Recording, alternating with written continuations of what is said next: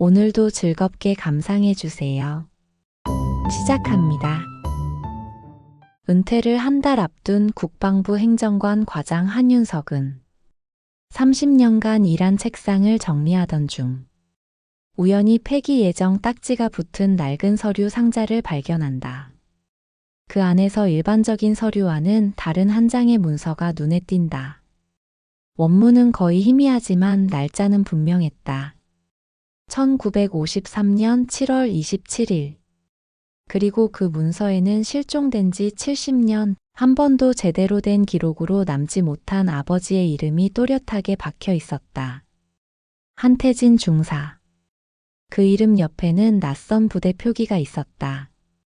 K4 221 의용부대. 국방부 데이터베이스에는 존재하지 않는다고 알려진 부대. 윤석의 인생 30년을 바꾸는 순간이 펼쳐진다. 자, 지금부터 무슨 특별한 사연이 있었는지 지금 바로 시작해 보겠습니다. 은퇴 한 달을 남겨두고 나는 사무실에서 30년간 쌓인 것들을 정리하고 있었습니다. 파일, 수첩, 참고 자료. 나는 항상 규칙대로 살아왔죠. 정확한 기록, 정해진 절차, 그 이상도 이하도 없이요.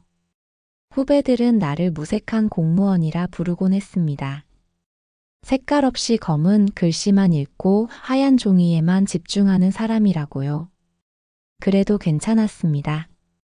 나는 기록이란 것이 얼마나 소중한지 알고 있었으니까요. 그날 오후였습니다. 타이핑실 옆 창고에서 폐기 예정 서류 상자를 꺼내며 한 번쯤 훑어보는 것이 좋겠다는 생각이 들었죠.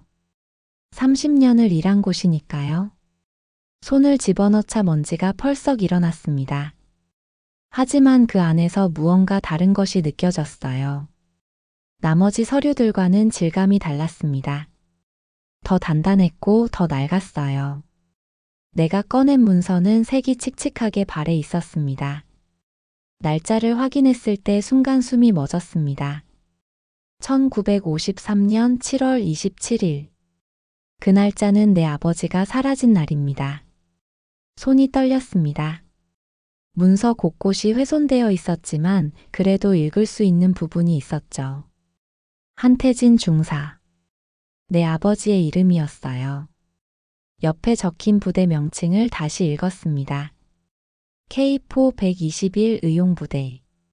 나는 그 부대 이름을 들어본 적이 없었습니다. 30년을 국방부에 다니면서 수백 번을 기록을 들여다봐도 그 부대는 어디에도 없었죠. 정말로 어디에도요. 내 책상으로 돌아가 컴퓨터를 켰습니다.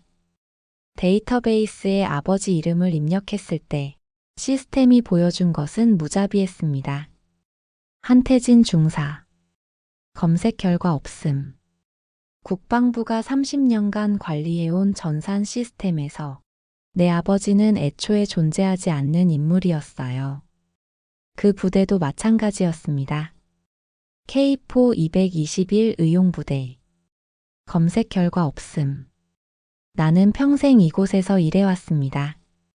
서류를 정렬하고 기록을 검증하고 틀린 것을 바로잡는 일이 내 일이었죠. 그런데 지금 내가 다니는 이 국방부가 내 아버지를 기록에서 지워버렸다는 사실이 어떻게 받아들여질 수 있겠습니까? 나는 그 문서를 다시 집어들었습니다. 오후 시간 같은 부서 선배인 이 차장이 내 책상을 지나갔습니다. 나는 문서를 보여주며 물었어요. 선배, 이 부대 아십니까? K4 221? 선배는 순간 내 얼굴을 빤히 봤습니다. 그리고 기록처럼 정확하고 냉정한 목소리로 답했죠. 윤석 씨, 그 문서 어디서 났어요? 폐기 예정 상자에서요. 선배는 주변을 둘러봤습니다. 그리고 낮은 목소리로 말했어요. 그건 건드리지 않는 게 좋아요. 지금은 아직 때가 아니에요. 그 말이 이상했습니다. 기록 속에 존재하지 않는 것도 이상했고, 기록에 일한다는 우리가 그것을 외면하라는 말도 이상했어요. 나는 문서를 다시 봤습니다. 아버지의 이름이 검은 글씨로 박혀 있었어요. 정확하고 분명하게요. 그것이 가짜일 리 없었습니다. 집에 도착했을 때 아내는 저녁을 준비하고 있었습니다. 나는 침착하게 보이려 노력했지만 손에 쥔 문서의 무게가 무거웠어요. 거실 책장 위 어머니가 남겨두신 상자가 눈에 들어왔습니다. 수십 년을 그곳에 놔둔 상자였죠. 나는 아직 그 안을 제대로 본 적이 없었습니다. 어머니가 정리해 두신 것들, 지나간 날들의 기록들이 있다고만 알고 있었어요. 하지만 이제야 알 것 같았습니다. 그 상자 안에 내가 찾고 있던 무언가가 있을 수도 있다는 것을요. 집을 나올 때 아내는 뭔가 말하려다가 입을 다물었어요. 내 얼굴을 봤을 때 이미 알고 있었나 봅니다. 나는 멈추지 않을 거라는 것을요. 저녁 8시 나는 서초동의 국방문서 보관소 앞에 서 있었습니다. 평소엔 닫혀있는 시간이지만 나는 이곳이 어떻게 운영되는지 알고 있었죠. 30년을 같은 기관에서 일한 사람의 특권이랄까요? 보관소 담당자인 김 과장을 찾았습니다. 그는 나를 보자마자 눈을 굳혔어요. 윤석 과장님, 이 시간에 무슨 일로? 잠깐 필름 자료를 확인해야 해요. 1953년 7월 자료 말입니다. 김 과장은 뭔가 말하려다가 한숨을 쉬었습니다. 결국 나를 마이크로필름 열람실로 데려갔죠. 그곳은 어둡고 조용하고 오직 기계음만 들리는 공간이었어요. 나는 필름 카트리지를 꺼냈습니다. 1953년 7월. 아버지가 사라진 달이죠. 필름 리더기에 카트리지를 끼웠을 때 화면에 떠오른 것은 낡은 문서들이었습니다. 한국군 작전 보고서, 미군 연락장교 통신문, 인사기록. 모두 그 시기의 기록들이었어요. 나는 한 장씩 천천히 넘기기 시작했습니다. K4 221. 그 부대 이름을 찾기 위해서요. 화면을 넘길 때마다 나는 인덱스를 기억해 두었습니다. 국방부 데이터베이스에서 검색되지 않는 이름을 찾아내려면 직접 필름을 뒤져야 했거든요. 그렇게 1시간을 넘겼습니다. 2시간을 넘겼습니다. 그런데 정말로 어디에도 없었어요.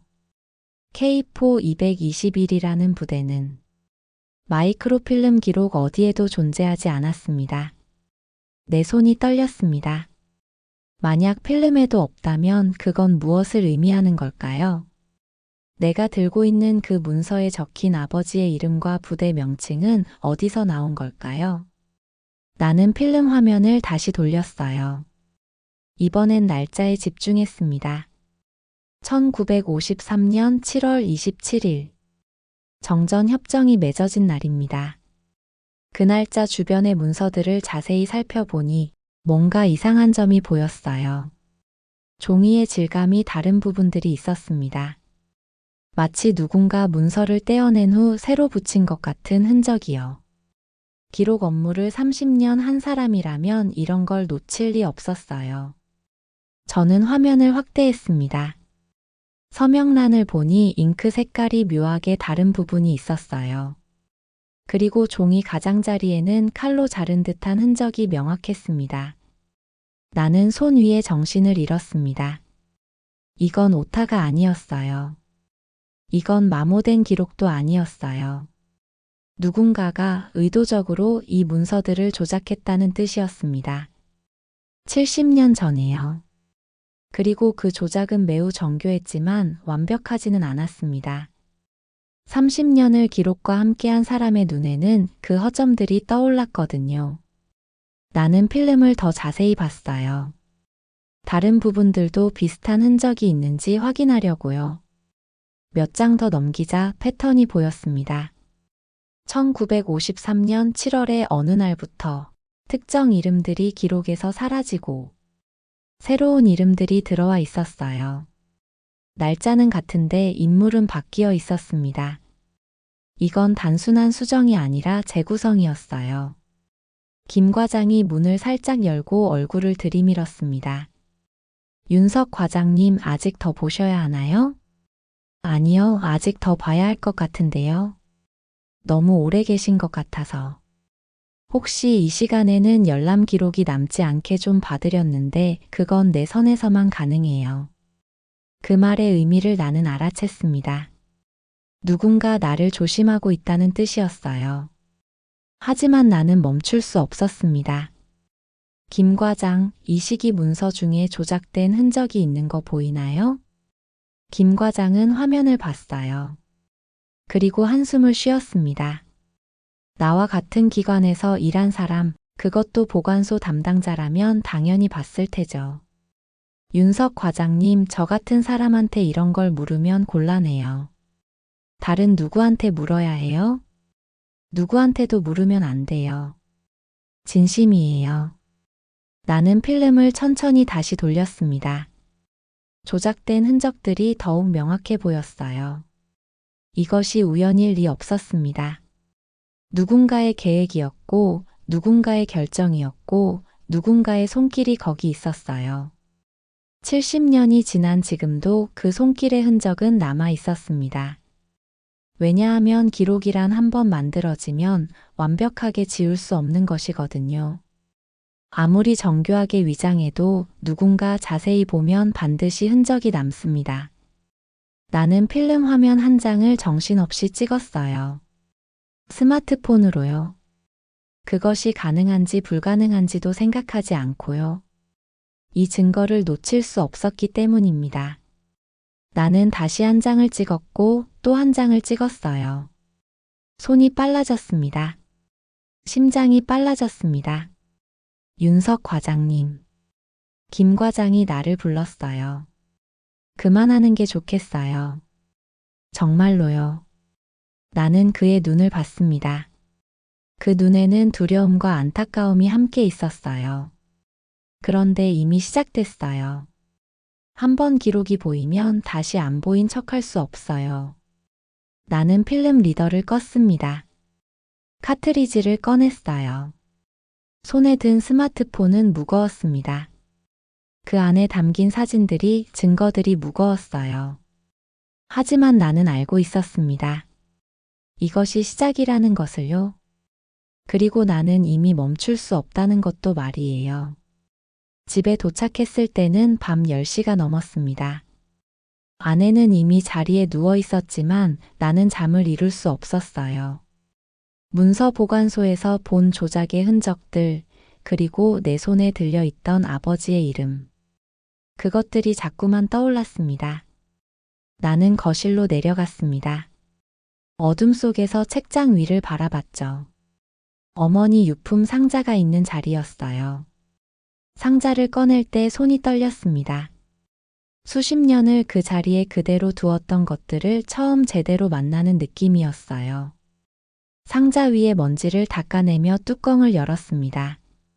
그 안에는 오래된 사진들, 몇 개의 편지, 그리고 기념품 같은 것들이 있었죠. 내 손이 자연스럽게 한쪽 모서리로 이끌렸어요.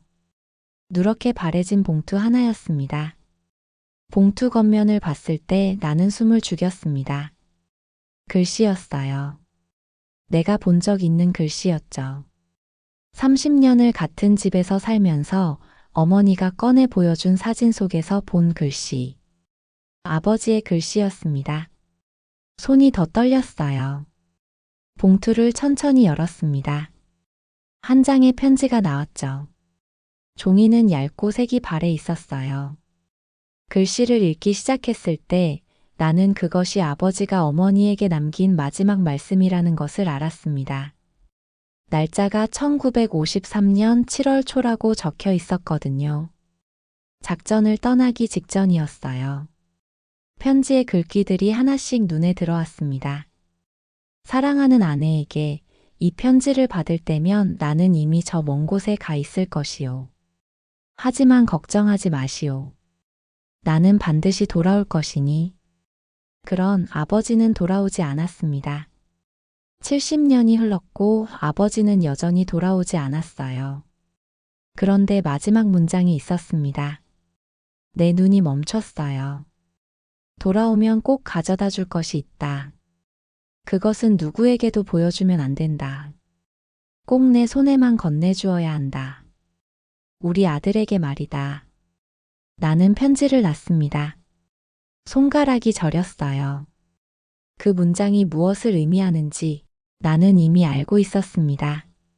아버지가 무언가를 숨겨뒀다는 뜻이었어요. 그리고 그것은 아직 어딘가에 남아있다는 의미였습니다. 70년을 기다리며 그 숨겨진 것이 발견되기를 바라며요. 거실에 불을 켰습니다.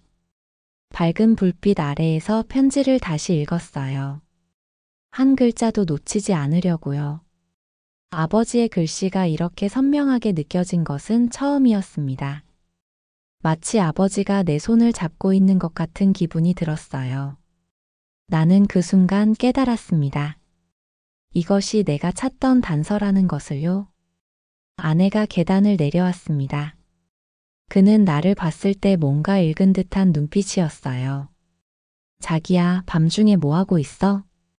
여보, 이것 봐봐. 나는 편지를 건넸습니다. 아내가 읽는 동안 나는 상자 안에 다른 것들을 더 들춰봤죠. 혹시 아버지가 남긴 다른 단서가 있을까 해서요.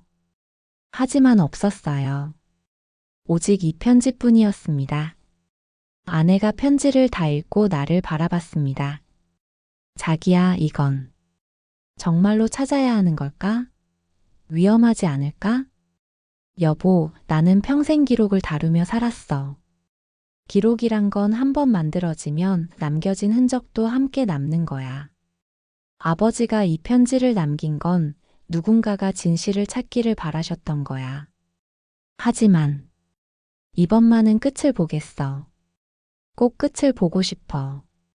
아내는 더 이상 말을 잇지 않았어요. 내 얼굴을 바라만 봤습니다. 그리고 한숨을 쉬었죠. 아내는 나를 멈출 수 없다는 것을 알고 있었어요. 아니, 어쩌면 처음부터 알고 있었는지도 모릅니다. 나는 편지를 다시 들었습니다. 그 종이 한 장이 내 인생의 방향을 다시 정해주고 있었어요. 아버지가 숨겨둔 그것이 어디에 있는지 나는 아직 모릅니다. 하지만 나는 반드시 찾을 것입니다. 아버지의 글씨가 그렇게 말하고 있었거든요. 70년을 기다린 그 무언가를 이제는 나라도 찾아내야겠다고 다짐했습니다. 2부에서 계속. 즐거운 감상 되셨나요? 재미있으셨다면 구독, 좋아요, 알림 설정 부탁드립니다. 구독, 좋아요, 알림 설정은 더 좋은 드라마를 만드는데 큰 힘이 됩니다. 감사합니다.